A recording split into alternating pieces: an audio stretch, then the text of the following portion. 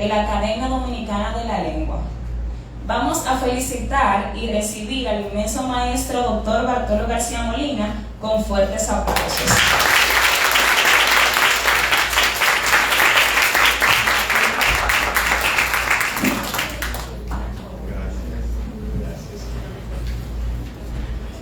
Buenas tardes. Realmente el oficio de maestro es muy gratificante, pero también es comprometedor, porque lo bueno o lo malo que nosotros hagamos tiende a multiplicarse. Somos agentes multiplicadores, y eso hace que el magisterio tenga que asumirse casi como un apostolado si queremos trascender. Las personas luchan en la vida por un ideal. Fíjense que hasta en los juegos sin interés, la gente lo que quiere es ganar, porque los seres humanos disfrutamos cuando logramos un objetivo. Yo recuerdo que había dos niños y había uno mucho más hábil que él y siempre le ganaba, entonces el otro lloraba porque no ganaba. Yo dije, pero mío, no llores, eso no es nada, lo importante es competir. Pero yo quería ganar como quiera. O sea, todo el mundo quiere ser un triunfador en la vida, porque eso es lo que da la felicidad. El detalle está en saberse plantear objetivos válidos y alcanzables. Válidos y alcanzables. Porque diga, bueno, pues para yo triunfar me voy a poner cualquier objetivo por ahí, ya voy a ser feliz. No, hay que ver si ese objetivo es válido. Usted podría trazarse un objetivo demasiado simple, que en realidad sea simplemente un sueño de humo, lo que usted esté planteando, después cuando usted llega se desvanece. O podría estarse planteando objetivos que le hagan daño a los demás. Entonces diga, yo voy a ser rico, lo más importante es la vida, ser rico. Y se pone a hacer cualquier travesura, vender droga, a poner un OnlyFans o poner por ahí lo que fuera, porque usted lo que quiere es el dinero. No, que el objetivo sea válido. Entonces, la pregunta sería, ¿y cuál es el criterio para evaluar la validez de mis objetivos? Porque, ok, eso es un objetivo válido, pero como yo sé que un objetivo es válido cuando usted aporta a la sociedad, cuando tu objetivo sirve también para ayudar a otro y a ti mismo. O sea, el llamado paradigma, ganar, ganar, que con tus objetivos ganes tú, ganes la sociedad y ganen los otros. Primer criterio de validez, si ustedes quieren ser profesionales exitosos no es simplemente porque la gente consiga dinero, porque tendemos a creer que exitoso es el que consiguió dinero. No. Hasta un mercenario, un sicario puede conseguir dinero matando gente, haciendo cosas. Un corrupto, mucho corrupto, multimillonario, son triunfadores y su objetivo es conseguir dinero, sí, pero ¿soporta el criterio de que con lo que hace contribuye a la humanidad? No.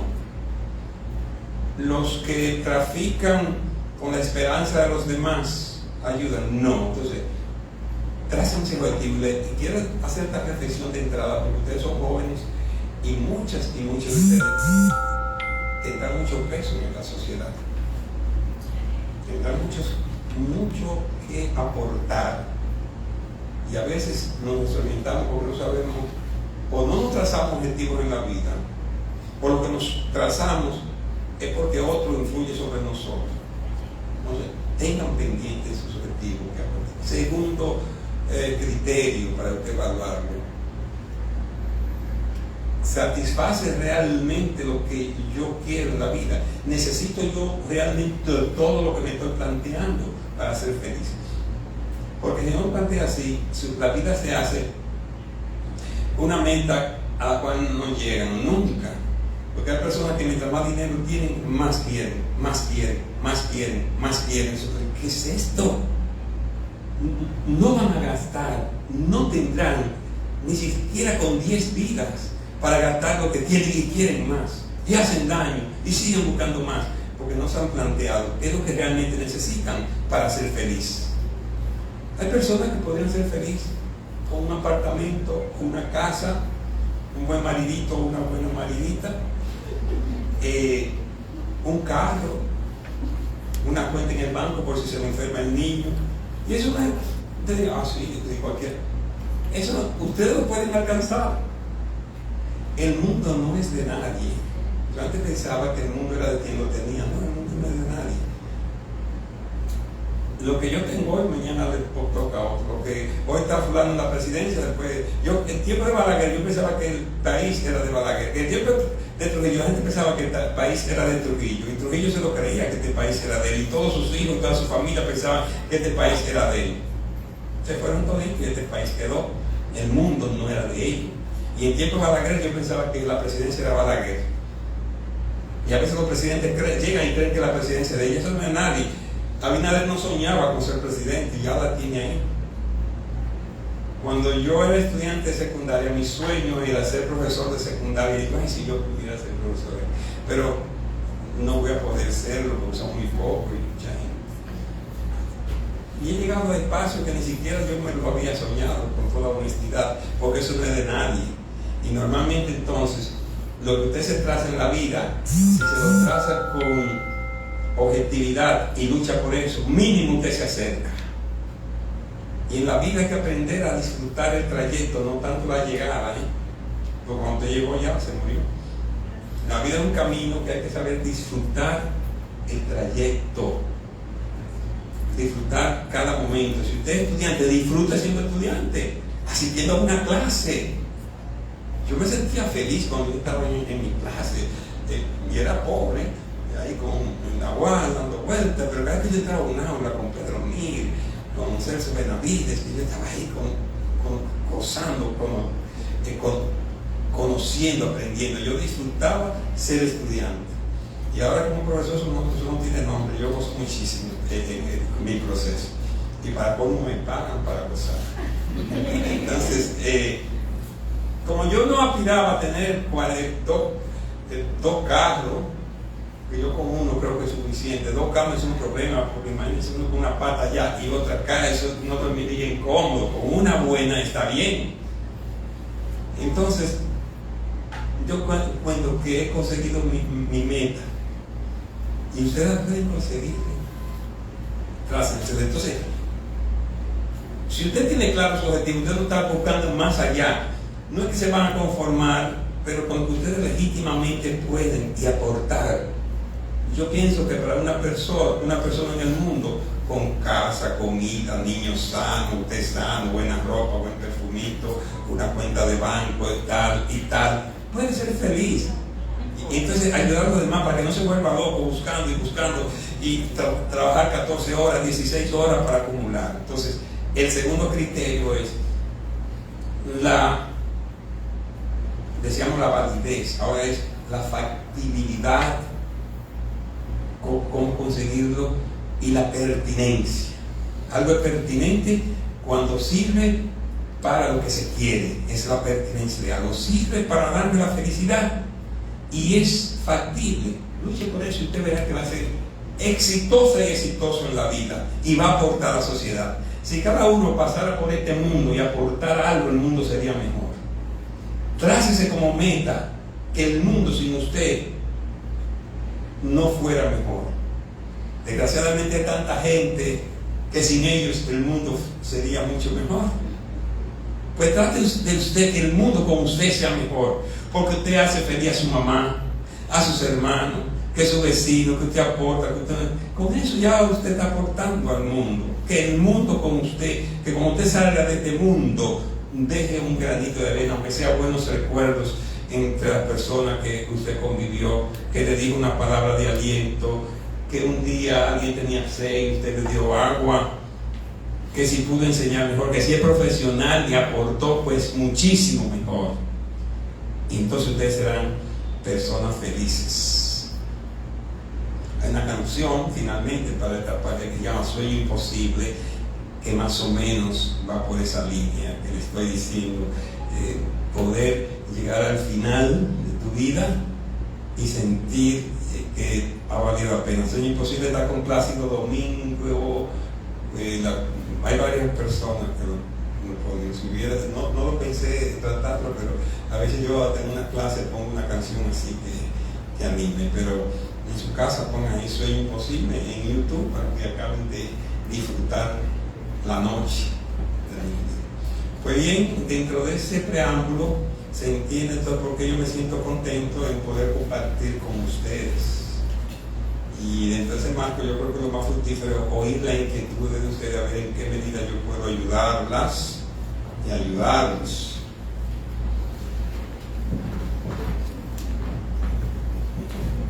En ese momento vamos a escuchar la pregunta de Wilman Soto Fernández.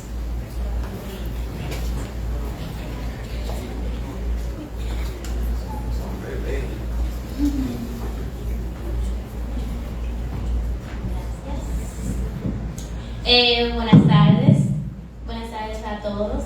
Saludos, distinguido doctor Bartolo García Molina. Este es mi primer cuatrimestre de la universidad. Inicié con mucha expectativa, pero, hay un pero siempre. Cuando el maestro comenzó a decirnos lo que era su docente y el programa, en verdad me asusté y dije, bueno, esta materia se ve que no va a ser nada fácil, va a ser demasiado complicado para mí. Entonces dije, bueno, vamos para adelante. Entonces, cuando comenzamos lo que eran las actividades, la tarea, yo dije, bueno, yo me veo fea. Pero ahí el maestro comenzó a decirme, Wilma, usted puede. Y ahí sí, en verdad me ha ido muy bien, demasiado bien. He aprendido mucho sobre lo que es la metodología de investigación. Y de ahí yo pude sacar esta pregunta. ¿En qué medida el marco teórico, el marco histórico y el contexto general de la planificación de la investigación contribuye en convertir en un discurso válido los datos o hallazgos? Es decir, darle sentido a esto. Gracias. Voy a comenzar por lo primero que ella decía, de que había pensado, te había impresionado lo difícil que podría ser la materia. Cuando yo era estudiante, que una materia, yo iba a una clase, la poca materia que tuve, y era lo mismo que ya yo había sabido. La verdad que yo salía decepcionado. A mí no me gustaba que me dijeran lo que ya yo sabía. Y lo fácil todo el mundo puede hacerlo. Para venir a hacerlo fácil a la universidad no tiene sentido. Siéntanse mal cuando una materia sea todo fácil. Puede pasar una que sea fácil porque tal vez sea de tecnología y ya usted la sabía. Pero que vengan a dar agüita de azúcar como si ustedes fueran subdotados, que a veces los tratan como si que hay que ser joven y ser idiota. No, tienen su cerebro y pueden aprender. Para ustedes trascender, tienen que hacer las cosas distintas al común de la gente. Cuando ustedes ven que le tratan igual que lo que hace todo el mundo, ustedes van a ser igualito a todo el mundo. Entonces el profesional no es igual a todo el mundo. El profesional es el que se traza metas distintas y tiene que estudiar y tiene que profundizar. Y cada día se hace más necesario la diferenciación en base a la calidad. Porque cada día se están titulando más personas, pero no haciéndose profesional.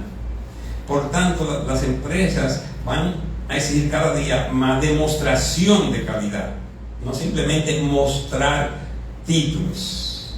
Y eso se logra sacrificándose, Señor, sacrificándose.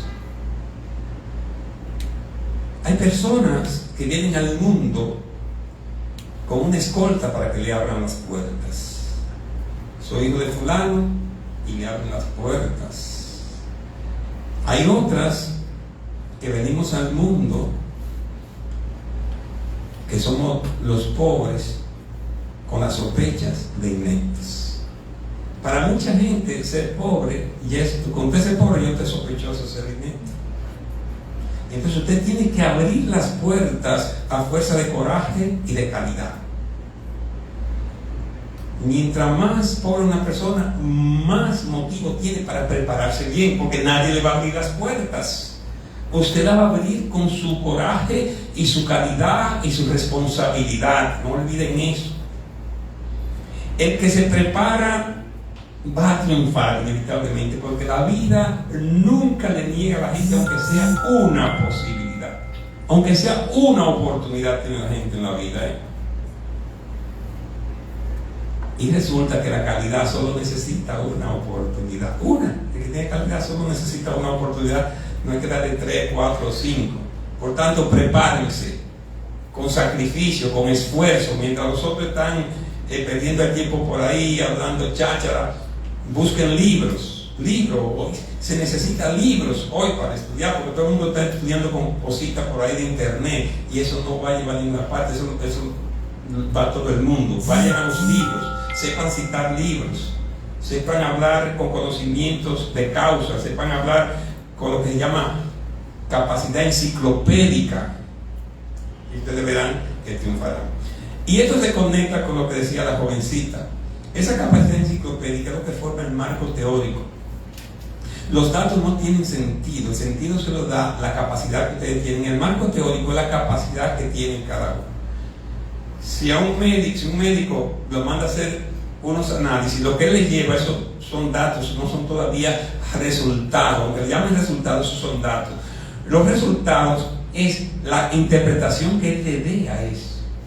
Que yo tengo 10 millones de glóbulos rojos. Yo no sé si es mucho o es poco. Ahora, el marco teórico que se le da a la profesión, porque la profesión lo que hace es que le da marco teórico a la gente. Un médico forma su marco teórico estudiando, haciendo especialidad. Si va a escribir un paper, entonces estudia un poco más para tener esa capacidad de interpretar. La diferencia entre una persona común y una persona que se prepare esa capacidad para interpretar los datos. Los datos no hablan por sí solos, es una falacia. Si así fuera, uno tirara los cuadros ahí. Eso hay que darle sentido, y se le da sentido con el marco teórico. El marco teórico, entonces, esa preparación, esa capacidad teórica dentro de un área específica que permite que usted vea más allá de lo que ven los demás, que usted ve cosas que los otros no pueden ver porque no tienen ese marco teórico. Entonces, como una linterna que te permite alumbrar la realidad específica, o ese segmento de la realidad donde está trabajando. Sin marco teórico no hay investigación, hay reproducción de datos. Cualquiera no puede investigar. Por eso yo digo, se investiga de lo que se sabe. ¿Cómo? Sí, se investiga de lo que se sabe. No lo que ya se sabe, que es distinto, de lo que usted sabe. Si usted es médico, tiene que investigar en medicina. Si usted es maestro, investigue en educación. Si usted es sociólogo, problema de la sociedad, y así sucesivamente. Porque para poder crear un problema de investigación hay que tener un marco teórico. O sea, el marco teórico comienza desde antes de usted tener el problema de investigación. Lo que pasa es que usted lo fortalece después para ir más a profundidad. Porque si yo no sé de medicina, yo puedo decir, ¿por qué la gente se enferma? Pero no puedo investigar eso. Tiene que ser alguien que sepa ir más allá y sepa todas esas teorías. Entonces, la investigación comienza con hacerse una pregunta. Y para hacerse esa pregunta hay que saber de eso. Si no, te va a hacer la pregunta mal. Si te hace una pregunta mal, la investigación va a salir mal. Dice Einstein que el que hace las mismas preguntas va a obtener los mismos resultados siempre. Si usted se hace la misma pregunta que se hace todo el mundo, usted va a aprender lo mismo que aprende todo el mundo. Entonces, por eso el marco teórico comienza desde ahí. Te va a permitir preguntarte, hacerte unos por qué, cuándo, cómo, etc. Entonces, el marco teórico, además, en una investigación, lo que realmente le queda al investigador es el marco teórico. Porque ya eso es suyo, eso está en su cabeza. Los resultados usted los publica y otros los van a aprovechar igual que usted. Lo que realmente te queda, con lo cual tú vas a brillar, es con tu marco teórico. Ahora, el marco histórico o perspectiva histórica permite poner en contexto, permite darle un contexto de cuándo, cómo, dónde se da el fenómeno. no siempre es necesario, porque si ya es un fenómeno que se conoce, una pregunta que se conoce, no es necesario. Pero vamos a suponer que usted vaya a hacer una exposición en Singapur y usted va a hablar sobre el coanolido. El coanolido es una sustancia que puede curar algunos tipos de cáncer. Y resulta que probablemente República Dominicana haga un aporte extraordinario a la lucha contra el cáncer, porque eso está en un árbol que solo se da aquí y en el sur, o sea, aquí y solo en el sur. Y la OAS patrocinó una investigación y han descubierto que hay unas moléculas llamadas, que le han dado el nombre coanolido, de ahí, y está en experimento. Supóngase que van a dar una conferencia sobre eso. ¿Cuál es el contexto en este caso geográfico, social, histórico? Si en Singapur yo tengo que explicar qué es República Dominicana, cómo es el sur, tal y tal, para ubicar a la gente. Pero si con ustedes yo no tengo que hacerlo porque ustedes lo saben. Entonces, hay un aspecto del contexto que es si se necesita. En este caso, habría que crear todo ese contexto histórico, geográfico, etcétera, para que me entiendan allá en esa conferencia. O sea, que ahí el investigador determina si es necesario el contexto histórico en que se da el fenómeno o el tema o el problema que está investigando. No sé si la jovencita me habló de antecedentes, no me habló de eso, fue de perspectiva histórica, marco teórico, etc. Entonces por ahí anda. Por eso que no, el que no está preparado no investiga. Así que lo que se llama, ustedes han oído la palabra, tal vez la leyeron en el libro, serendipia. Sí. Las serendipias solo se dan para el que está preparado.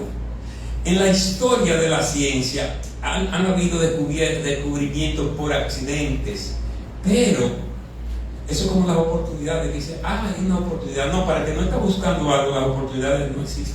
Si usted no está comprando un carro, ni lo necesita, ni lo tiene planificado, aunque te lo estén vendiendo barato, es una oportunidad porque usted no está preparado para eso. Cuando viene a usted coge un préstamo porque está preparado, se atrasa, vuelve y coge prestado, al final te salió más dolor de cabeza que esto y que lo otro. Ahora, usted estaba preparado, usted estaba ahorrando para comprar un carro y de esa marca, y usted lo iba a comprar en enero y resulta que lo están vendiendo ahora por mitad de precio. Bueno, usted hace un sacrificio, la oportunidad, porque usted estaba en eso, pero no es como una persona que todo lo que iban a vender él lo compraba. Entonces había una vendedora que sabía que comprar se lo fiaba al doble. Y entonces, no, lógico, no le pudo pagar. Entonces la vendedora de que le vendía su oportunidad, de que la oportunidad para ella. Entonces, cuando no le pudo pagar, ella no me pagó, pero lo vendí bien caro.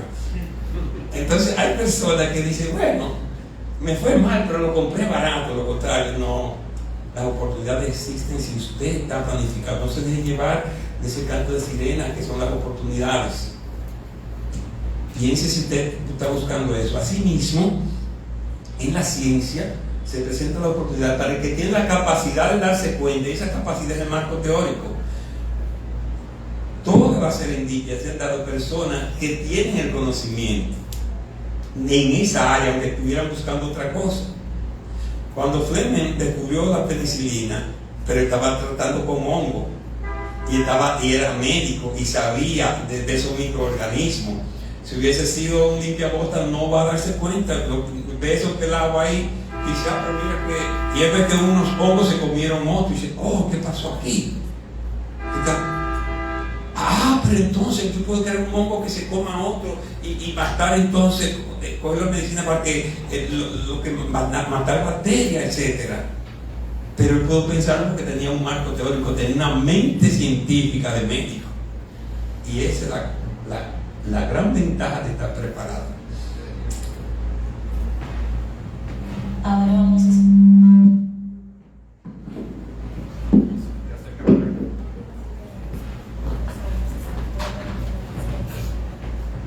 vamos a escuchar la pregunta de Jimeuri del Castillo Soriano.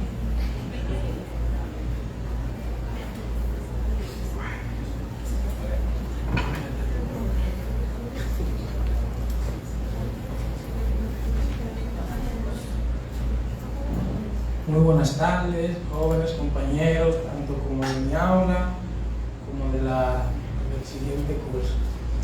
En primer lugar, es un atrevimiento, quiero empezar por pedirle un autógrafo. Esa oportunidad. Porque estaba en eso. Melvin del Castillo, oportunidad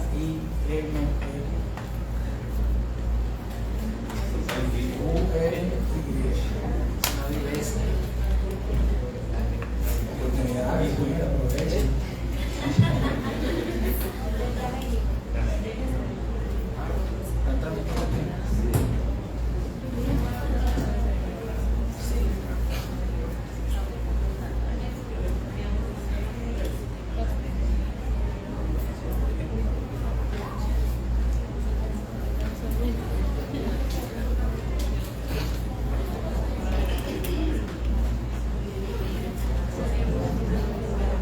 Muchas gracias.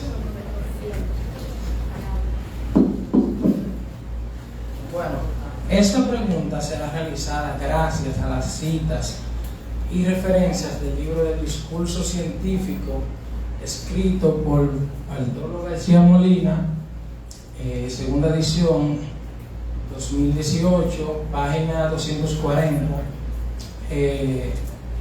Tenemos que agradecer antes que nada la presencia del autor de dicho libro y gracias al profesor Leocadio García Molina.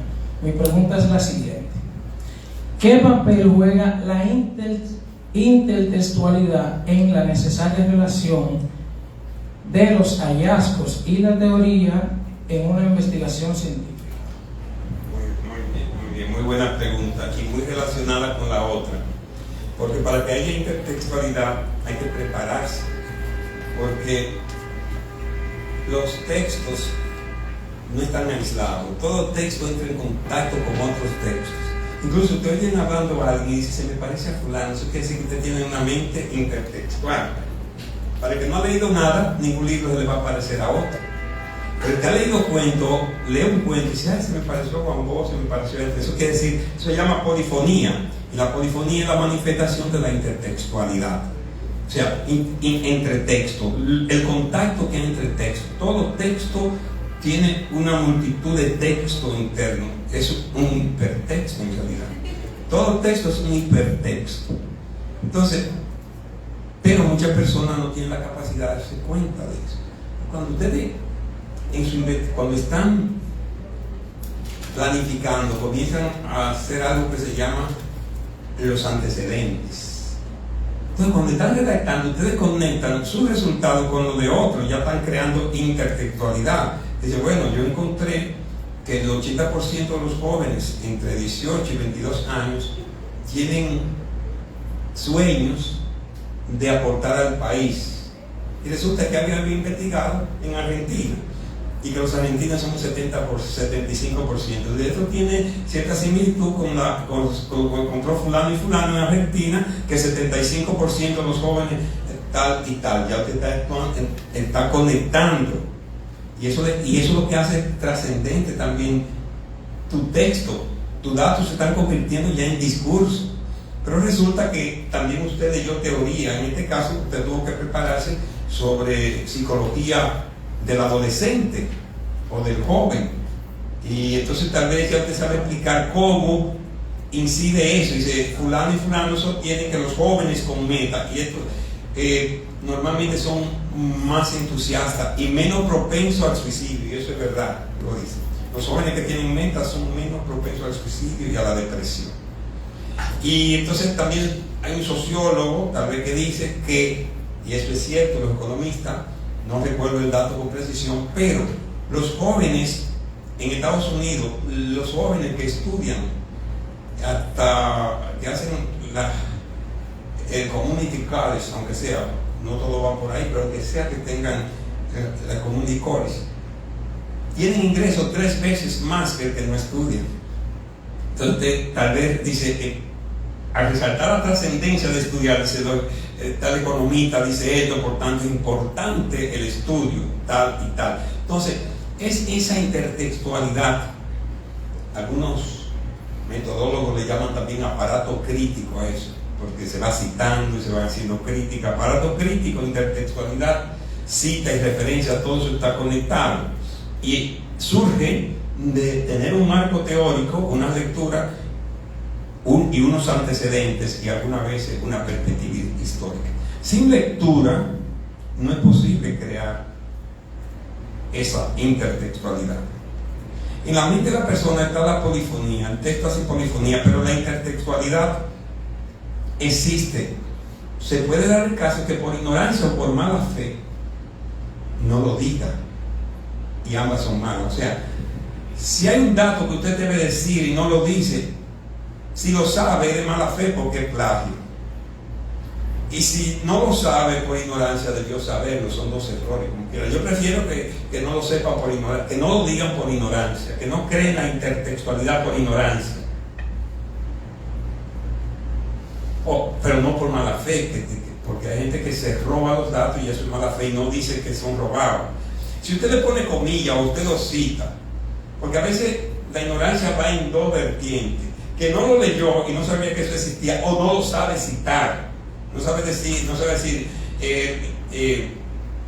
Núñez y Pérez por un lado sostienen que cito, o si ha hablado cito, pero si yo abro comillas y lo pongo ahí, y eso no es plagio. No importa, puede decir que tal vez usted cita demasiado, pero eso no es pecado. No te puede decir que eso es malo, porque usted está siendo honesto y transparente, y eso es el antiplagio. Cuando hacen tesis, no va a decir que es coincidencia, pero no puede decir que es plagio. Usted está siendo honesta, está siendo honesto y le está dando a cada quien de cada quien. Por tanto, existe una intertextualidad tangible, transparente, le llamo yo, que es cuando el autor, el investigador o investigadora cita, y una intertextualidad opaca, que cuando no cita y es que el que lee dice, pero esto como que yo lo he leído, y tiene que darse cuenta. La transparencia, o sea, la intertextualidad del discurso científico tiene que ser transparente, o sea, citar cuando haya que citar.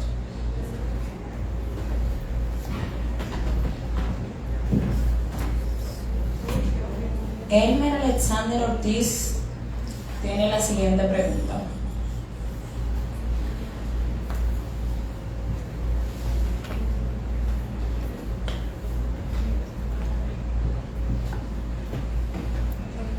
Buenos días y buenas tardes a todos. Mi nombre es Elmer Alexander Ortiz. Soy alumno del maestro Leocadio García Molina y estoy aquí para dar mi siguiente pregunta.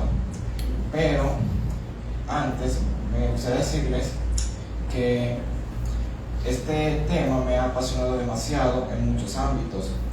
Llegar aquí no ha sido decisión mía, ha sido cosa del destino y ha sido un gran auge en varias partes de mi vida. Por eso, llegar aquí en el ámbito de la literatura me ha clavado en el discurso científico, ya que de todo se aprende.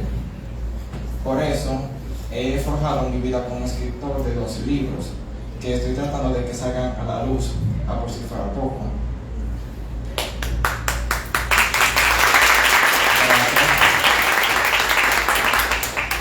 Me gusta mucho el tema histórico, ficción, por así decirles, y leer los libros del escritor Manolo García Molina me ha dado un poco de empuje en mis historias, a por si fuera poco. Y por eso daré mi siguiente pregunta, y es: ¿en qué consiste el principio de la discursividad y la ciencia en su relación con los resultados y conclusiones de una investigación científica? Muchas gracias y felicitaciones. Saben que la mejor manera de aprender es escribir. O sea, si usted quiere aprender, usted sabrá si usted sabe algo cuando usted es capaz de decirlo. Si usted no sabe decirlo, sigue estudiando. Cuando ya usted sea capaz de decir algo, ya usted lo entendió. Decirlo bien, decirlo que lo entienda otro. Por eso, escriban siempre, escriban su clase, porque usted acaba de aprender cuando usted escribe. Por eso felicito al joven, porque escribiendo Bueno, dos cosas. A escribir se aprende escribiendo. Y también escribiendo es como mejor se aprende de todo en la vida. En cuanto ya a la pregunta específica que nos plantea, lo que queremos decir es que no hay ciencia sin discurso. O sea, esto es un discurso. Discurso es todo lo que se plasma, ¿verdad? Con palabras, oral, escrito.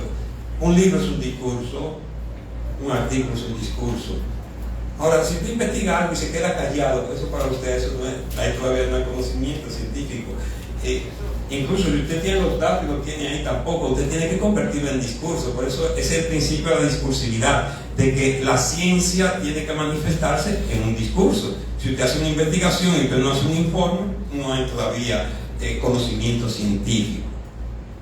Y ese es el principio de la discursividad que nos lleva a que toda persona que pretenda hacer ciencia tiene que aprender a escribir, tiene que aprender a convertir los datos en discurso.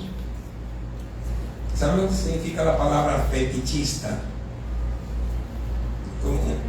¿Quién tiene una idea de la palabra fetichista? Ana, ¿cuál es? Es un deseo que aún no ha realizado. Hacia un objeto, vamos a llamarlo así, y que confunde el objeto con su deseo. Usted puso la mitad, yo la mitad. Si nos pagan 100, 50-50. Sí, vamos a ver.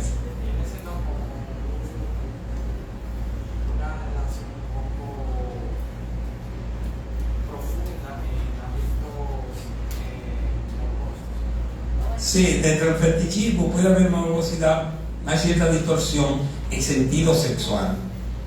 Digamos, al hombre que le gustan los panties de una mujer, le queda que un panty, es una fantasía, es el fetichismo. Hay otros que tal vez le gustan los brasieres, y no es que no les guste, es que hacen fantasía y creen que es la mujer, y vienen todo, convierten, eso se llama convertir en fetiche una prenda femenina en este caso, pero también puede suceder también una mujer que convierte en fetiche. Tal vez le gusta un hombre mollerú y todos los hombres mollerú la vuelven loca, convierte en fetiche los molleros también del hombre, etc. Eso sucede también con los olores. Sí. Por ejemplo, cuando Y los pies de las mujeres. exacto. También Sí. mayormente sucede con los olores, con las chicas y los chicos. Ejemplo, cuando una chica ve que un chico huele bien, eso como que tiene un 50% ganado. Bueno, pero todavía eso no cae dentro del ámbito de los fetiches. Se convierte en fetiche cuando hay un olor que puede ser hasta, la palabra es fuerte, grajo. Hay hombres que eso lo vuelve loco y convierte en fetiche porque le activa una serie de mecanismos. El que las hormonas, está en discusión si existen las feromonas en la mujer, pero yo creo que debe existir. El que un hombre se estimule con la feromona de una mujer, eso es normal. Eso es lo más normal del mundo. Que ciertos olores de la mujer nos estimulen, eso es lo más normal del mundo. Que la mujer se estimule con algunas palabras, con algunos gestos, con algunos detalles, con una flor, etc. Eso es lo más normal del mundo. Ahora, si una mujer convierte un ramo de flores ya, como que eso no es todo en la vida, y se desvive y hace toda una fantasía del mundo, y que para poder excitarse necesita un ramo de flores, entonces ya el ramo de flores se convierte en fetiche. Pero el que tú anheles que tu esposo, tu novio te mande un ramo de flores, eso es lo más normal, eso no es fetichismo. El que tú te sientas halagada, distinguida, que le evites si es necesario un poco, cuando alguien te mande flores, eso es normal. Ahora, que necesite flores para excitarte, ya cae dentro del campo del fetichismo. Entonces, en sentido general, yo digo que con los datos hay un cierto fetichismo en ciencia. Se cree que lo que no tiene cuadros no es ciencia. y que todo lo que tiene cuadro y eso es ciencia. Entonces, lo que hace, los gráficos, cuadros, etc. Un estudiante que yo fui de jurado y le fue mal porque lo que tiró fue mucho gráfico y cosas sin sentido. Y yo decía, pero tanto gráfico que yo puse, digo, hay que tener problemas. Tanto gráfico y tan caro que me salieron, y tantas cosas para quemar. De ahí yo saqué esto, digo, pero que es un fetichismo de los cuadros. La gente, yo diría que la gente cree, y hay profesores incluso que si los estudiantes no ponen cuadros y gráficos, ¿y dónde están? No todos los informes científicos tienen gráfico y cuadro, ni todo lo que tiene gráfico y cuadro es científico. Eso es un fetichismo que se ha convertido. Hay que trascender esos datos, hay que profundizar esos datos, hay que saber crear, y ahí que viene entonces la polifonía, la intertextualidad, etc. Todo eso está relacionado. Y ahí caemos entonces en la discursividad. Todo eso se va a dar entonces a hacer un discurso sobre eso. Poner cuadro y ya que ese el informe es un fetichismo simplemente como que usted adivina. Ahora, usted comienza a explicar eso, todo ahí que se convierte en discurso y se cumple el principio de la discursividad, que sin discurso no hay ciencia.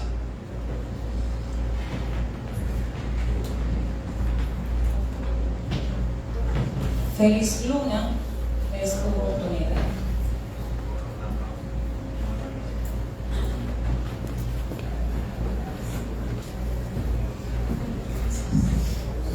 Buenas tardes. Yo me sentí muy identificado con la parte introductoria de esta charla, porque yo no escribo libros como Elmer, pero yo escribo algunos artículos de opinión y hago mucha opinión pública en este país. Y de verdad que hay cosas que usted ni se imagina que le pasan en la cara a este país. Yo, mientras tomaba justamente clase de esta materia, fui víctima de un atentado. Mi vehículo le partieron el cristal de atrás, y justamente una persona, porque entendía que la verdad en este país no se debe decir, y hay gente que le molesta la verdad, hay gente que le molesta la ciencia, y la ciencia es la verdad. Y cuando usted daba esa parte introductoria, yo me sentí tan identificado porque conozco de muchos temas profundos que pasan en esta nación, de la que somos víctimas la gente de abajo, los pobres, y de la que ustedes van a ser víctimas cuando estén ejerciendo cualquier función en esta sociedad. De manera que, siguiendo la corriente de lo que usted decía, no le tengan miedo a nadie ni a nada, porque los perversos, los que le quieren hacer daño a esta sociedad, no van a triunfar. Se lo dice una persona que todos los días se levanta y recibe a veces una llamada, a veces escribo algunas cosas que me llaman y dicen, hey, no digas eso, y yo lo digo sin importar las consecuencias, y el que intente a mí decirme que no lo digo, lo mando al mismo. Ustedes saben, ¿verdad? Mi pregunta es sobre la metáfora, que yo decía que en mis artículos que escribo hago mucho uso de la metáfora.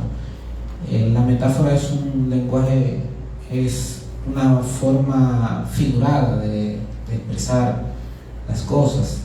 En el capítulo 5 de su libro, usted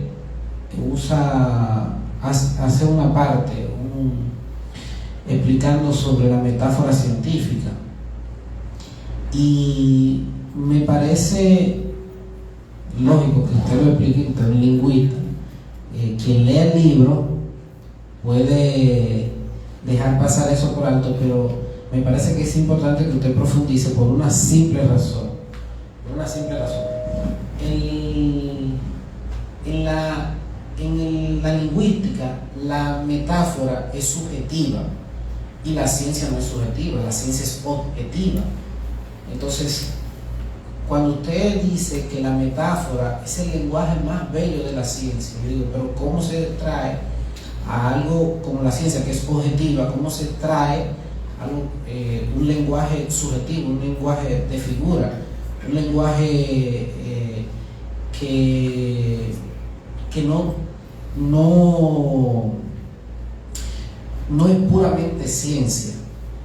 Entonces yo quisiera que usted nos explicara un poco más profundo cómo es el uso de la metáfora en la ciencia, cómo este lenguaje subjetivo cabe dentro del lenguaje científico. Me explico, sin ofender a la hermana. Por ejemplo, yo puedo usar en metáfora, decir, esa niña es como una monja. Ella no es una monja, sino es un lenguaje subjetivo que yo hago para interpretar quizá que ella es una muchacha íntegra, que no, ¿verdad?, que no le gusta el teteo ni nada de esa manera. Uso ese lenguaje para expresar, para querer decir, y los muchachos me van a entender lo que yo quiero decir de su personalidad. Ahora, en la ciencia yo no puedo ser subjetivo, yo tengo que ser objetivo. Entonces, ¿cómo la ciencia puede hacer uso de un lenguaje subjetivo cuando debe ser objetivo? Me agradezco la pregunta porque me confirma que el estudio que estoy haciendo, estoy preparando un paper especialmente sobre metáfora y ciencia, vale la pena porque muchos de personas inteligentes, Erwin, ¿no? Como Félix piensan eso. Pero es que hay un error de entrada. Ustedes saben que cuando usted llega a una conclusión sobre una premisa falsa, la conclusión es falsa. Si yo digo, eso se llama falacia. Si yo digo, todos los políticos son honestos, yo soy político, por tanto yo soy honesto. Yo sé que es un charlatán, pero suena bien, todos los políticos son honestos. El político es verdad, pues es honesto, pero hay algo falso, hay una premisa falsa, que todos los políticos son honestos. Entonces, ¿cuál es la premisa falsa de que la metáfora es subjetiva? Hay metáfora subjetiva, pero hay metáfora objetiva.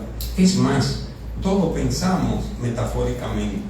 En el desarrollo del lenguaje, en todas las civilizaciones, primero la gente comienza a pensar metafóricamente, y es la forma más objetiva en que la gente comienza a pensar. Cuando él dice, son dos cocos que tiene, está pensando objetivamente a comparar el material colgante con aquella fruta, y la gente lo entiende más fácil por más que le diga, oye, pero qué cojonudo, está diciendo lo mismo, cojonudo, y que tiene dos cocos, tiene la misma objetividad, porque está comparando los cojones, que tener cojones grandes, tener valor. Esa es más subjetiva. Decir que cojonudo, es decir, son dos cocos que tienen el contexto adecuado, son dos cocos que tiene, la gente lo visualiza. Es más, la metáfora no la crearon los poetas, la creó la gente del pueblo, para hacer más tangible, más comprensible, porque toda metáfora tiene un campo de origen y un campo meta. O sea, tiene una realidad de origen y tiene una meta que hacerla más tangible. El origen de la metáfora es hacer más tangible. Cuando uno dice tiene pie de elefante, eso lo entiende todo el mundo, lo entiende objetivamente. Y los médicos de día tienen elefantiasis, pero está diciendo lo mismo, porque elefantiasis es una metáfora que quiere decir que tiene como un elefante. Entonces, lo que hay que ver es cuál es la calidad de la metáfora que estamos hablando, porque hay metáfora subjetivísima. Yo me llevaría realmente 2 meses con todo el gusto hablando de metáfora, porque tengo muchos años estudiando la metáfora desde el punto de vista de la cognición. Hay lingüistas consagrados como George Lakoff, que dice que nosotros pensamos que nuestro pensamiento conceptual es esencialmente metafórico y que pensamos y actuamos en función de la metáfora de la vida cotidiana. Cuando los hombres comparan a las mujeres con el hierro, entonces dicen, a la mujer y a la puerta hay que darle duro, a la mujer se le dan duro y yo le doy duro. ¿Por qué están actuando y pensando así? Porque tienen una metáfora de que a las mujeres son como un objeto que se le da duro. Y piensa, yo con este 4x4 sin cepillar, y que yo qué cosa, y buscando viaje, buscando vaina, porque hay que darle duro a la mujer. Cuando tal vez en el fondo lo que hay es que tratarla con ternura. A lo mejor se ablandan mejor con ternura que con un palo. Cree que tienen un garrote en el medio de las dos piernas, entonces ese garrote, que para entrar al garrote, en vez de entrarle con ternura. Entonces, ¿pero por qué actúan así? Porque tienen una serie de metáforas que guían su vida con respecto a la mujer, y por eso maltratan a la mujer por todos esos conceptos. Entonces hay metáfora subjetiva, que es una cosa, y hay metáfora objetiva. Entonces la metáfora de la ciencia son objetivas porque parten de un objeto para compararlo con otro objeto que se entiende en diferenciación. Pero además en el proceso metafórico, lo que se llama semiosis metafórica, no son todos los rasgos que se pasan de un objeto a otro. Existe un mecanismo de bloqueo de unos rasgos y activación otra, y ahí es que se puede dar la subjetividad. En la ciencia se activan los elementos objetivos. Si alguien dice, parece una nevera, depende del contexto. Puede ser que me estén diciendo que es fría o que es cuadrada, porque si se refiere al cuerpo, imagínense una nevera, dos brazos, una nevera cuadradito, y se parece a Pedro Picapiedra. ¿Cuáles rasgos le están transmitiendo? ¿El de la forma o de la función? Dependiendo del contexto. Entonces, por eso la metáfora no significa lo mismo en toda la cultura, porque el proceso metafórico puede ser subjetivo o puede ser objetivo. Entonces, en la ciencia, la metáfora, el proceso metafórico lo que hace es que activa los rasgos más objetivos que hay, que en ese contexto no dan lugar a error. Pero también hay otra falacia de que la ciencia, como que en la ciencia no hay subjetividad. Sin subjetividad tampoco hay ciencia, ¿eh? La ciencia no es ascéticamente objetiva. Sin subjetividad es imposible que haya ciencia, porque la ciencia comienza con la curiosidad, bien lo decía, y la curiosidad es algo subjetivo. Lo que a ti te crea curiosidad, otro puede ser que sea indiferente. Segundo, el investigador que no tenga entusiasmo por investigar algo, y eso es totalmente subjetivo, no va para ningún lado. Si no tiene emoción, hay etapas de la investigación científica que ahí la ciencia ya separa toda la subjetividad. ¿Usted sabe quién fue que propuso el Big Bang? No fue un ateo, fue un religioso, fue un sacerdote, Georges Lemaitre. En 1927 dice, pero el mundo debió surgir así, y habló de un huevo. En realidad él habló que debió haber un huevo cósmico donde surgió el mundo, y creó una metáfora de huevo cósmico. El Big Bang es una metáfora y eso no crea subjetividad. El Big Bang es una metáfora, es una onomatopeya, pero toda una onomatopeya tiene también la semilla de la metáfora. La gente del pueblo se comunica con más objetividad cuando usa metáfora, y utiliza metáfora cuando no tiene las palabras suficientes para decir con claridad una situación. Y dice, yo siento como que tengo el pecho apretado, y tal vez está emocionado y tal cosa, porque tal vez no puede decir que contracción muscular, que tal cosa, y que tengo mariposita en el estómago. Cuando estábamos enamorados, ella es la gente de mí, había una estudiante en el aula, cuando yo la veía me daba mariposita en el estómago. Yo sé que era una mariposita. Ahí es totalmente subjetiva, porque quién sabe lo que yo estoy sintiendo. Esa mariposa no existe, no es tal cosa. Esa es una metáfora subjetiva, porque nada más le estoy sintiendo yo. Pero si yo me le acerco y le dijera, me disculpa, pero cuando yo te veo, yo me desriego.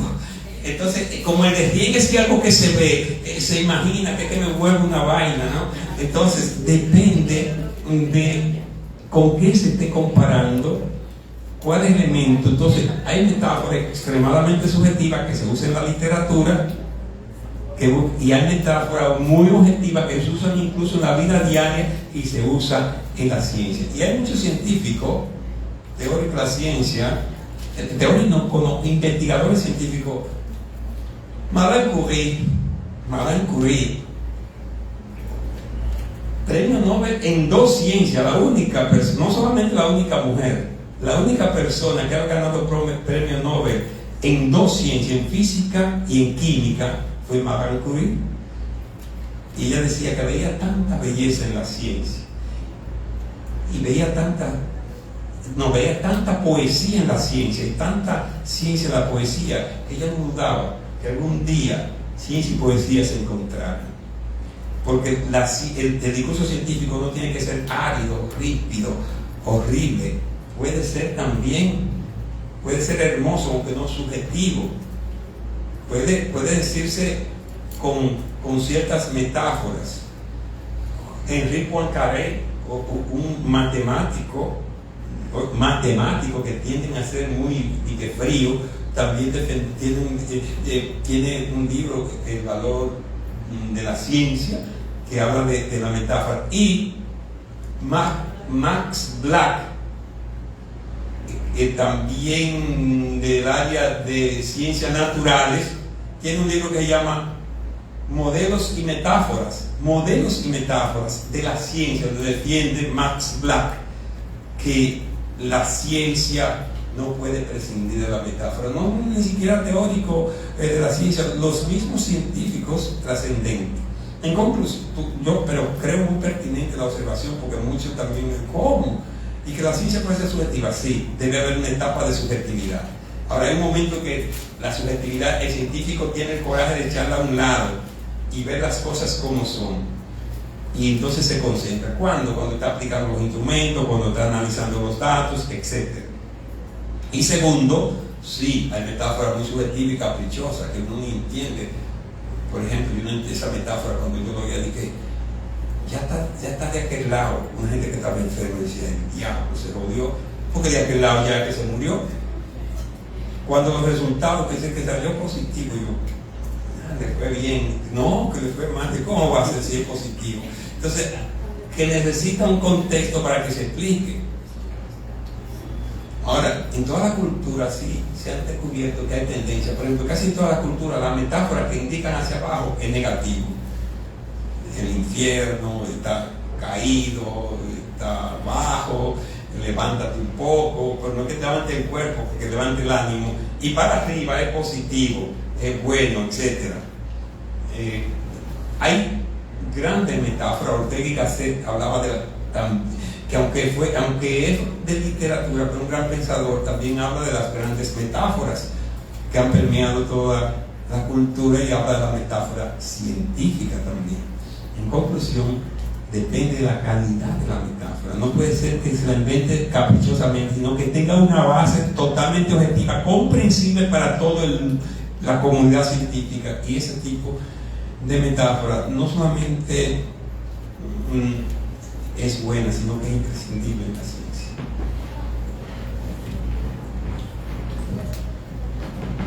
Ahora vamos a escuchar la pregunta de Slainy Sánchez Valdés.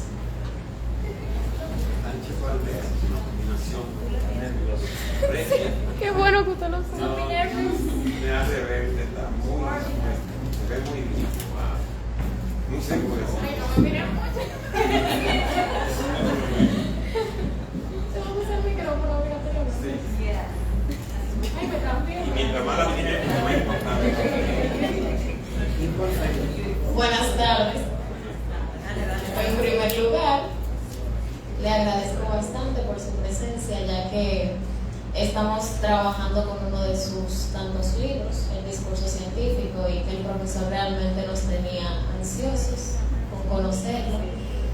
Y bueno, el tema que yo voy a tratar es el de las conclusiones y recomendaciones, ya que en tal libro mencionado usted redacta que en el 91% de las tesis de maestría presentadas en las universidades dominicanas en el periodo 2000-2010, las conclusiones y recomendaciones se limitan a un resumen o síntesis de los datos encontrados.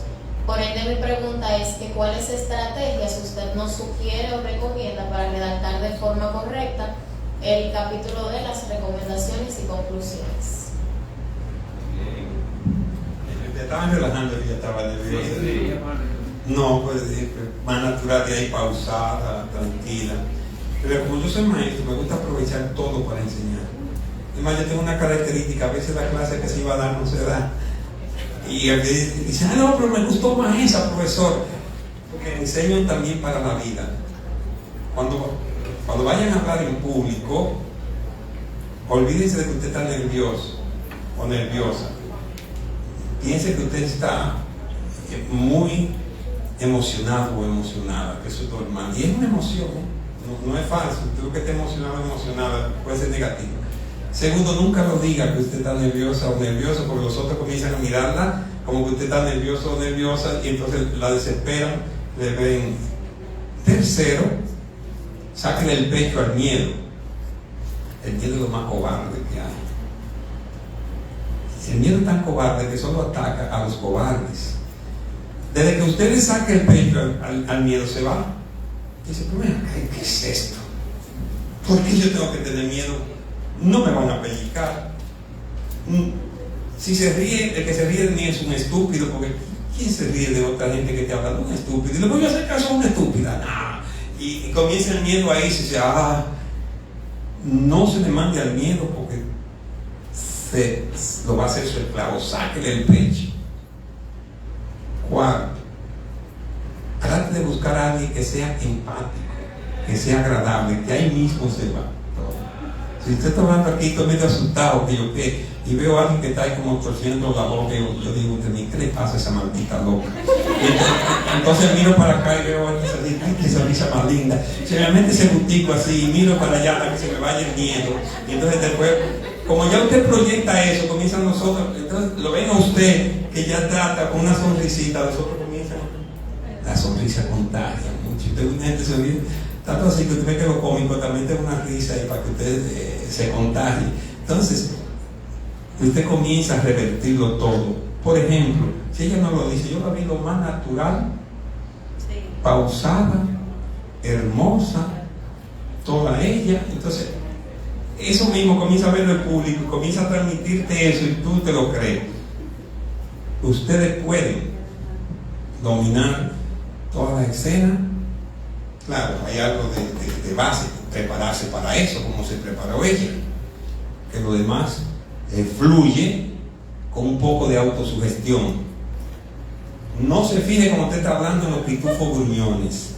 Hay gente que siempre está, odio eso, y te expresa esa cara. A eso usted lo insulta calladito entre ustedes, porque usted tiene que desahogarse y vengarse. Métale su insulto para usted y busque a alguien que hable en el público, está sonriente o está con los ojitos brillosos y entonces lo mire, y eso de una vez ya, eso es lo que tú necesitas para arrancar.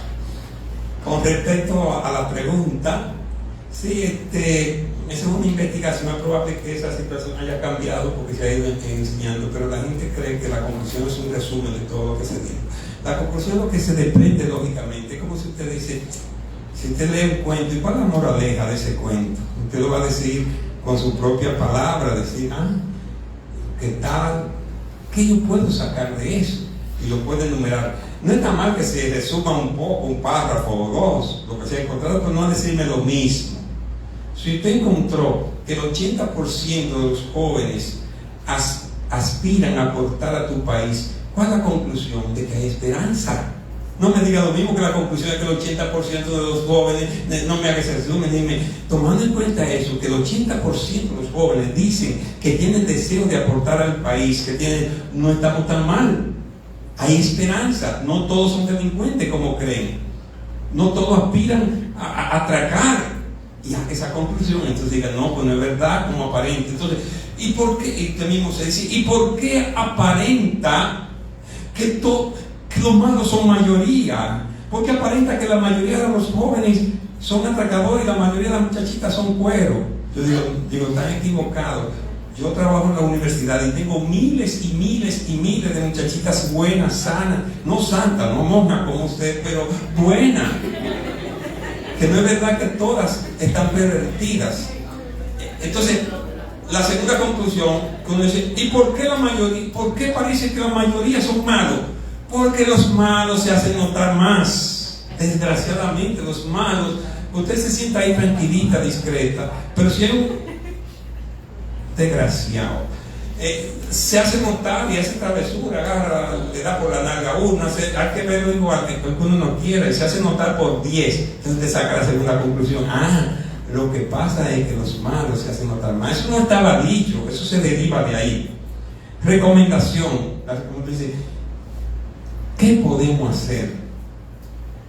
Dice, bueno, que se cree más empleo, que se le dé oportunidad a los jóvenes, y se dirigen al Ministerio de Educación Superior, que dé beca a los jóvenes, a las empresas que den oportunidades, porque te están pidiendo que tenga experiencia. ¿Y cómo le vamos a pedir a un joven que tenga experiencia? Y todo el mundo le va a pedir que tenga experiencia, nunca va a comenzar a trabajar. Entonces, que se le dé oportunidad, que se cree un tipo de empleo que sea como, que gane menos si se quiere, como prueba. Y entonces te hace sugerencias que ayuden a resolver eso. Dirigida, las recomendaciones son sugerencias para resolver eso mismo que usted está diciendo. Si usted encuentra que en realidad la juventud es buena, que lo que no tiene es oportunidad, la recomendación lógica es buscar que se le dé oportunidad. Y usted está entonces planteando solución a lo que encuentra. Por ahí anda la cosa, eso es bastante lógico. Después que una mente se acostumbra a hacerse preguntas sobre los hechos, va a encontrar entonces una conclusión. Y a veces una conclusión te lleva a hacerte otra pregunta ahí mismo que dé respuesta a eso, y esa es una conclusión. O sea, que las conclusiones salen de la inteligencia del investigador, de esa capacidad de saber interpretar los datos, y las recomendaciones, de esa capacidad de buscarle soluciones a los problemas.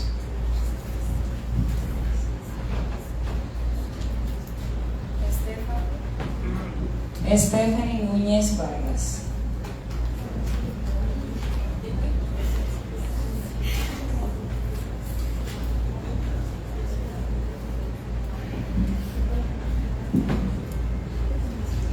Buenas tardes a todos. Tengo que decir que estoy contenta de que usted esté aquí con nosotros en esta tarde. Además de la pregunta de mi compañera, he redactado esta para usted.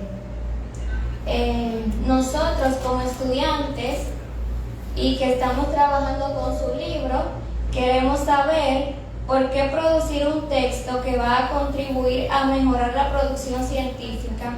¿Cómo le surgió la idea de escribir el libro El discurso científico? Sí, muy buena pregunta. Todas han sido muy buenas, porque eso revela curiosidad. Revela la curiosidad.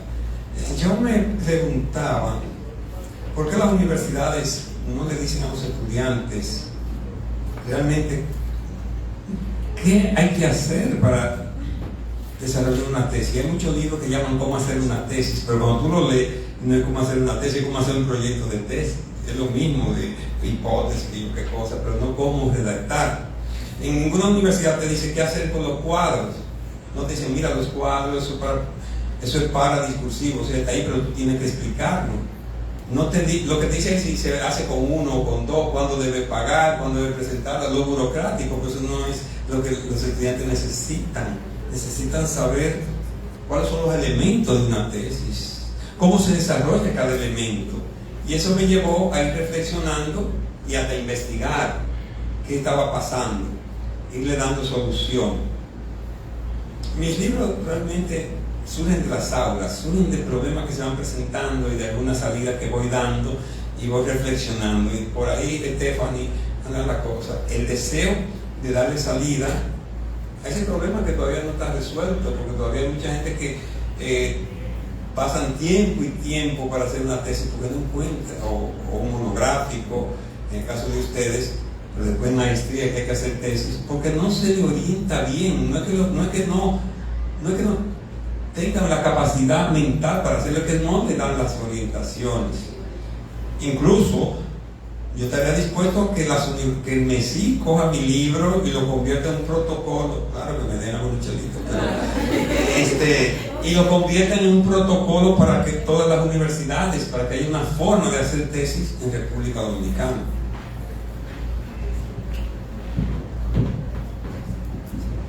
Vamos a escuchar la pregunta de Pamela Miosotis Robles Ventura.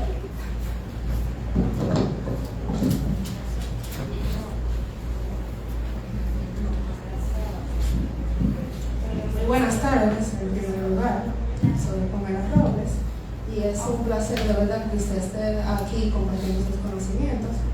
Yo soy una, como muchos estudiantes del profesor Ricardo García, que estoy muy agradecida con él, con también todos los conocimientos que él nos está aportando. Y antes de llegar a la pregunta, de acuerdo a lo que leí en su libro, El discurso científico, en el capítulo 4, en la página 133, que habla de la formación teórica, usted cabe destacar que enfatiza que no se necesita ser un genio, ni siquiera ser un excepcionalmente inteligente para producir conocimiento científico, pero se necesitan algunas cualidades, una de ellas es la formación. Por lo tanto, mi pregunta es la siguiente: ¿por qué es importante la formación teórica en un investigador científico? Gracias Pamela. Fíjense, esto está muy relacionado con el marco teórico, con la intertextualidad, con la discursividad. Sin formación teórica no hay posibilidad de explicar lo que usted encuentra. Es más, no hay ni siquiera posibilidad de usted plantearse un buen problema de investigación, porque usted tiene que tener la formación teórica. Todo el mundo puede investigar si se lo propone, pero tiene que tener formación. Y también se relaciona con lo que les decía al principio. Se investiga de lo que se sabe. Y para usted poder saber algo, tiene que tener formación teórica. Si usted es periodista, usted tiene que tener formación periodística. Porque usted hace reportaje empíricamente, ok, a ver le va bien, pero para usted investigar el periodismo tiene entonces que tener formación teórica sobre el periodismo, sobre comunicación social, lucha de clase, comunicación, manipulación y comunicación, formación humana y comunicación. Tiene que tener todas unas teorías sobre el papel de la comunicación en la sociedad para poder formularse un buen problema, y así sucesivamente. En conclusión, la formación teórica es fundamental. Y precisamente ustedes estudian, ustedes están formando teóricamente, no es solo práctico. Ustedes están en las carreras que ustedes eligen, ustedes tienen que estudiar las teorías de esa carrera para hacerse buenos profesionales. Tienen que tener formación teórica en su carrera. Entonces ustedes podrán investigar en su carrera si se forman bien. No es haciendo chivo y cogiendo pedacitos y llenando exámenes de falso verdadero. Es pudiendo hacer hasta un ensayo, escribir un paper, o por lo menos aunque sea para las redes sociales, escribir de vez en cuando ensayito de 3 párrafos. Que dicho sea de paso, nosotros estamos llamados a revertir la tendencia perversa que se da en las redes sociales, porque yo no la condeno, yo creo que es una bendición si la sabemos usar. Nunca decía Félix cómo él puede escribir, no creo que él le acepten en los periódicos escribir cosas que atenten contra ciertos intereses, pero está usándola para protestar y desde su punto de vista decir su verdad, y con toda la intención de ayudar a que la sociedad se desarrolle. Entonces, si nosotros los que estamos en la universidad, los que vamos a coger las redes sociales para ser narcisistas, que no es que yo me opongo a un poco el narcisismo, que una muchacha se maneja bonita y se toma una foto y la ponga y diga qué bella soy, etc.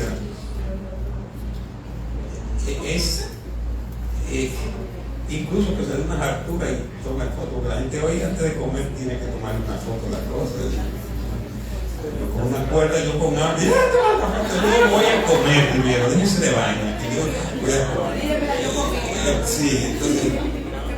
Porque primero pasa un accidente y primero hay que tomar una foto antes de haber eso, a eso que yo le llamo perversidad. ¿Cómo si pasa un accidente usted primero va a tomar una foto en vez de ver si está vivo, está muerto, si necesita tu ayuda? Entonces, personas como ustedes jóvenes, talentosas y talentosos, estudiando, tienen que aportarle un poco de contenido a la comunicación y ahí se demuestra entonces esa formación teórica, porque ahí le van poniendo en práctica. Esa formación teórica necesita irse poniendo en práctica. Entonces aprovechen estos medios y hagan una combinación. Si un día se puso un traje de baño y usted cree que está irresistiblemente buena, tómese una foto y póngala, pero un día, no es que usted va a estar nada más poniendo, póngala lo que sea, y póngala lo que sea un título, y que no sea ese jodido título con un gerundio, aquí comiendo, aquí en la playa, aquí bailando. O sea, ese aquí, bórrenlo para que el cerebro tenga que. Si usted hace un conteo, usted va a encontrar que un porcentaje altísimo comienza con aquí, cuando le ponen algo aquí cenando, y un gerundio, cenando, bailando, comiendo, viendo, compartiendo, etc. Quiten esas dos cosas y pongan aunque sea. Bueno, porque la vida no es solo estudiar, como dice el profesor Bartolo, también hay que tener un poco de narcisismo. Miren esta foto mía, y eso tiene un poquito de gracia, y lo tiene que ser con un chistecito, no simplemente, porque cuando una mujer pone una foto solo con su cuerpo, yo digo, ahí dice, qué buena estoy. No lo digo, póngamele algo que lo justifique. Diga, hoy amanecí contenta conmigo misma y quiero compartir con ustedes esta foto. Póngale algo. O el hombre que nada más se pone así en el gimnasio y lo pone a ver, yo mira lo se gusta el mismo. Yo soy el final. Eso es lo que yo leo ahí. Entonces, póngale un texto que justifique un poco, de vez en cuando un pensamiento. Si asistieron a una clase y hay algo que se les surgió, vamos a suponer que a alguno de ustedes le haya surgido hoy mismo de que el futuro de la juventud está en el estudio, póngale algo ahí para que le demos sustancia también a estas redes sociales. Y que entonces la formación teórica comience a verse, porque la gente casi le tiene fobia a la teoría hoy. La gente lo que quiere imágenes, lo que quiere cosas, sexo, lo que quiere pornografía, todo rápido, porque nosotros, digo yo, igual que Feli, escribo. Le gusta o no le gusta, yo escribo lo que pienso. Pero la mayoría no tiene eso. Y uno tiene su público, el público se te va acercando, el texto selecciona a su público, Todo texto busca su blanco de público, va buscando y va acercando. Y llega un momento que usted va a atraer a las personas que les gusta eso. Y otros van a descubrir que realmente les gusta la teoría. Lo que pasa es que no se lo han dado a saborear. Y al paso vamos creando una cultura teórica en nuestro medio. Y esa es la importancia de que tengan esa formación teórica y que también la vayan poniendo en práctica.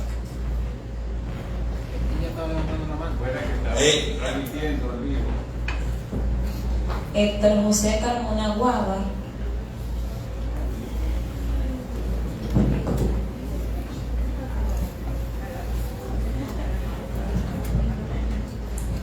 Muy buenas tardes. Buenas tardes. Nosotros hemos leído su libro, El Discurso Científico, sobre el marco metodológico, donde usted dice que permite sentar las bases para la evaluación de los resultados, entre otras cosas. Dicho esto, le pregunto cuál es la importancia del marco teórico en el informe de investigación, metodológico en el informe de investigación. Sí, muy bien. Ustedes saben que el discurso científico, la ciencia, tiene que ser comprobable, replicable, tiene que ser transparente. Se usa más la palabra tener confiabilidad y validez. Tiene que ser confiable. Si usted me va a dictar una conferencia y usted comienza, porque yo estoy aquí porque me obligaron, pero yo no sé mucho de eso, ya sé que eso no es confiable, yo me voy por ahí mismo, por decencia me quedé porque yo no puedo confiar en lo que usted me está diciendo, porque usted me está diciendo que usted no sabe de eso, yo no sé la validez. Alguien me dice, se descubrió que tenemos un segundo cerebro, y yo, sí, el intestino, yo en serio, sí, el intestino, está ahí, yo lo leí por ahí. Esto no es confiable ni es válido porque no me está diciendo. Yo, por curiosidad, entré el intestino grueso, el segundo cerebro, y me salió la vaina esa. Que supuestamente tenemos células, etcétera, pero cuando yo veo la fuente, digo, déjame ver si es Nature, digo, y científico, entonces es confiable, por lo menos por la fuente, los conocimientos. Hoy, si queremos leer con calidad, tenemos que buscar la validez y la confiabilidad del conocimiento, y comienza por la fuente donde está. ¿Qué era Nature? ¿Era Nature? No, si era Nature, digo, coño, pero mira.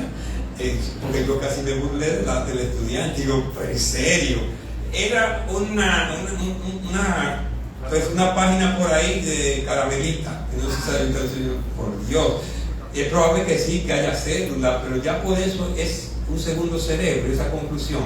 Entonces, cuando alguien te sale con una cosa así, tú dices, ¿qué fuente? Pues digo, no, ¿qué fuente? Es confiable, aunque sea un periódico. Saben que estamos en la época del fake news. La gente se inventa una cosa y la tira y ya, y la gente dice, pero salió por ahí porque salga. No. Entonces, en el caso de en el conocimiento general, la confiabilidad y la validez del conocimiento está en la fuente y en quien lo diga y el método que utilizó. En la ciencia es imprescindible saber el método con el cual tú llegaste o tuviste esos datos para darte validez y confiabilidad. Y en una revista, en un journal, que es una revista científica, te exigen que exprese con toda claridad qué método tú aplicaste para llegar a eso. Entonces, el método no es decir, es que es un método científico, que es un método cualitativo, que es un método cuantitativo, que es investigación-acción, que es lógico, teórico, dialéctico, inferencial. No, eso es bobería.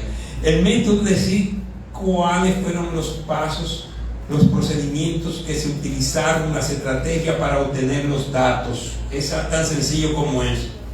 Usted realizó una excursión por Europa, dígame cómo pasó. Bueno, primero planifiqué durante 2 meses, ahorré, hice esto, luego fui a una agencia, contratamos cuánto de viaje, llegamos, tuvimos que irnos a Jamaica en aviones, Jamaica cogimos tal cosa, hicimos esto. Eso te está explicando el método que hice.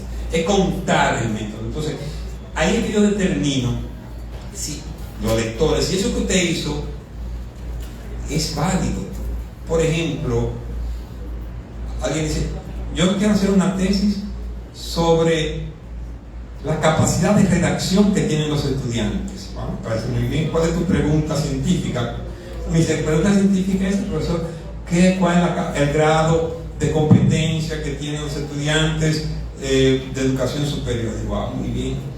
¿Cuál instrumento tú vas a hacer? Yo le voy a preguntar que si sabe escribir. Le voy a decir que es un párrafo, que es la ortografía, que es ese método no te lleva a eso. Ese método lo más que te va a llevar es a saber qué piensan ellos de eso. Entonces, no tiene validez, no tiene validez, porque tú me estás diciendo una cosa y hiciste otra. Ahora, voy a aplicar una prueba así, otra prueba así, para ver cómo se... bueno, el método confiable. Entonces, el método es que le da transparencia al discurso científico.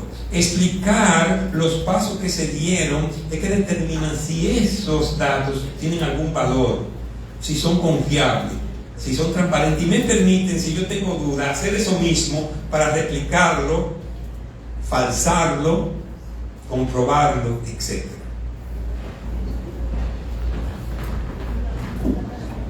La siguiente pregunta la realizará Yaneli Benjamín.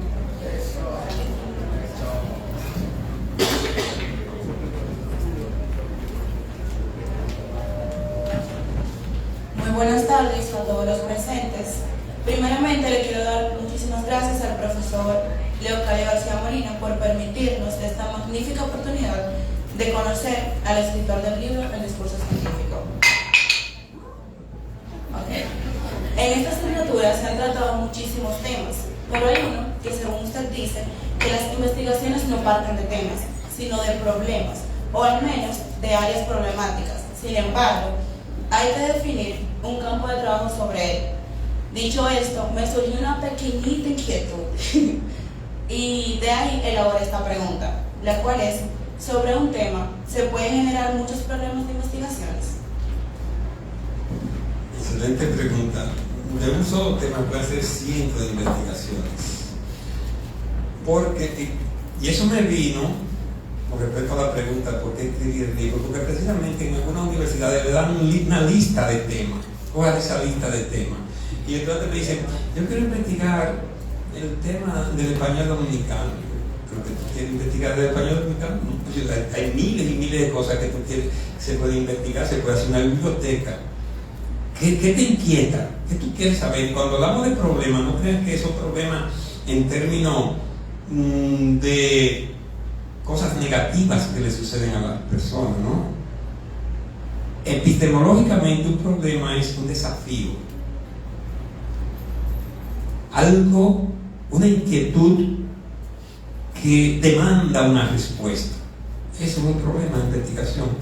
Un problema de investigación puede ser: ¿por qué los dominicanos somos tan empáticos? Y ser empático no es algo malo.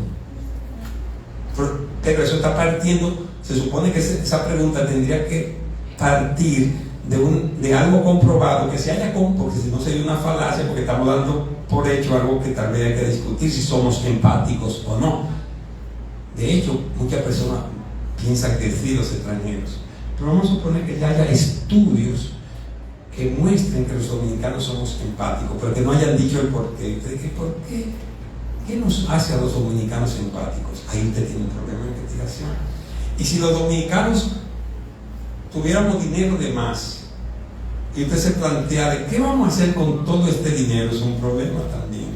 Porque usted se plantea este problema de investigación. ¿Por qué somos tan felices? Si tuviera demostrado que somos felices.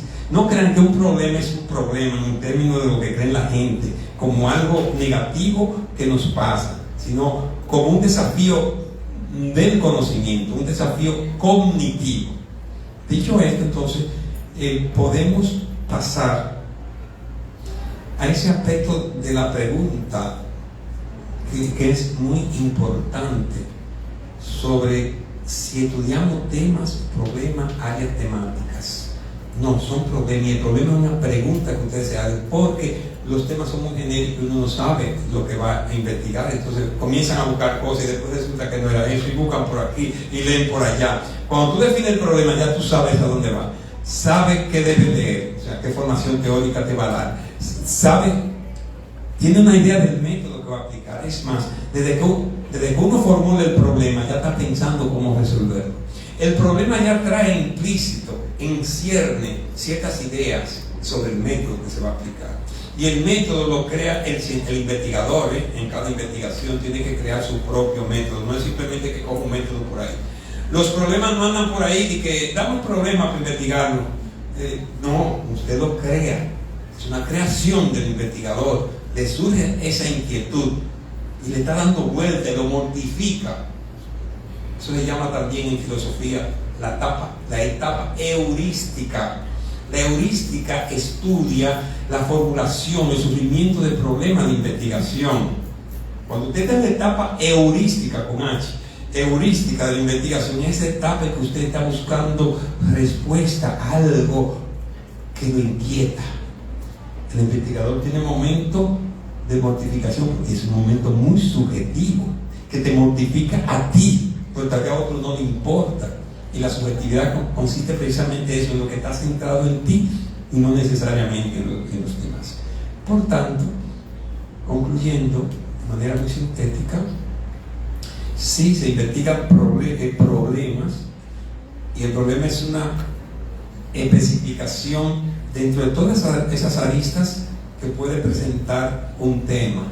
Y por eso que después viene la delimitación, para todavía decir con más precisión en qué aspecto que usted se va a quedar, cuáles son las dimensiones que usted va a estudiar de esa pregunta que se hizo. Le llamamos área temática también porque, vamos a suponer que diga, la educación dominicana es una área temática que se puede investigar: educación primaria, educación secundaria, educación universitaria, doctoral, y dentro de cada una hay muchísimos aspectos, problemas económicos para hacer posgrado, rentabilidad de posgrado. Usted se pregunta, ¿qué rentabilidad tiene en República Dominicana hacer una maestría? Usted hace una investigación y tendrá respuesta y dice, bueno, pero mira, encontré esto, tal cosa. Desde un área temática amplísima que sería la educación en República Dominicana. En definitiva, el que no formó un problema no sabe lo que está buscando. Y que no sabe lo que está buscando, cualquier cosa da igual. Ustedes saben ese pasajito de Alicia en el País de la Maravilla, que Alicia, han leído ese cuentecito, o lo han oído, hay que leerlo o oírlo. Alicia en el País de la Maravilla, que es como un sueño que ella tiene, como eso se llama, situación onírica, dentro del surrealismo, ¿no? Hay una tendencia literaria que se llama surrealista, que tiene que ver con eso, con una vida de sueño. Entonces ella está así en algún momento y está perdida y le dice, tiene clase, yo creo que ya le dice al gato, ¿y qué camino debo seguir? Y el gato dice, bueno, eso depende a donde tú quieras ir. Dice, yo no sé dónde quiero ir. Dice, porque no sabe dónde va, cualquier camino da igual. Entonces, el que te dice qué camino tú debes seguir, o sea, qué método voy a emplear, es el problema de investigación. Y todavía tenemos tiempo. Sí, gracias. Por último, vamos a escuchar la pregunta de Gaisber González Domínguez.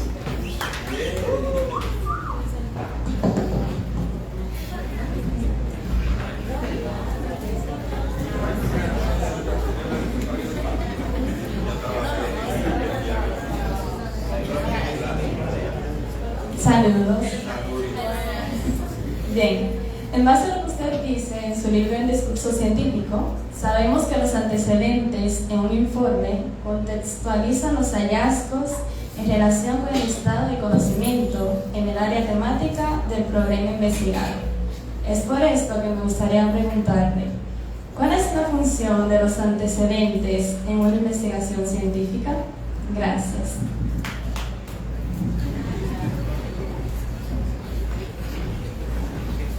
Sí, los antecedentes ayudan a que usted se dé cuenta de los métodos que utilizan los otros, porque dentro de los antecedentes usted va a ver cómo otros investigaron problema parecido al suyo, y eso te va a dar una idea para construir tu método. Si tú estás investigando sobre uno de esos problemas que yo le he planteado y usted dice, yo voy a hacer así, así, así, pero después tú ves que alguien utilizó un método y hay algunos elementos que tú puedes aprovechar cuando lees otras investigaciones. O sea, primero te da una idea del método.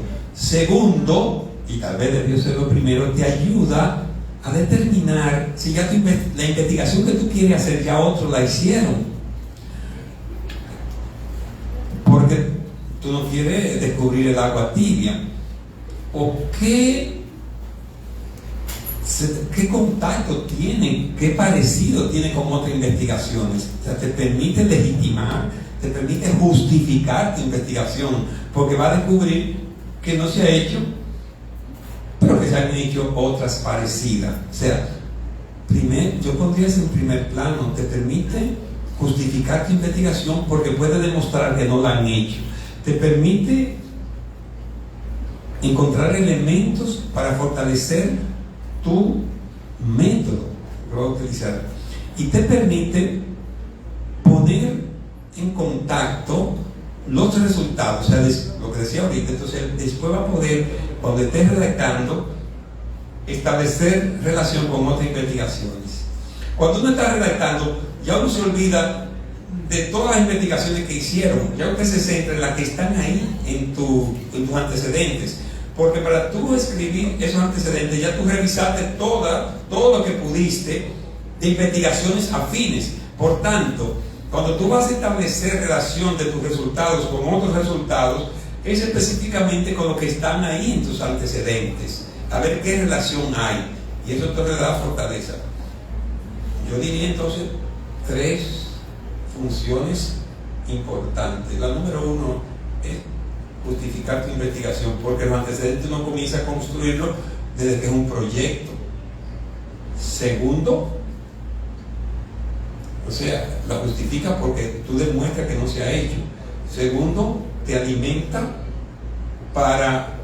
de elementos para construir tu propio método de investigación. Y tercero, te sirve de referente para establecer contacto entre tu investigación y las demás que le antecedieron.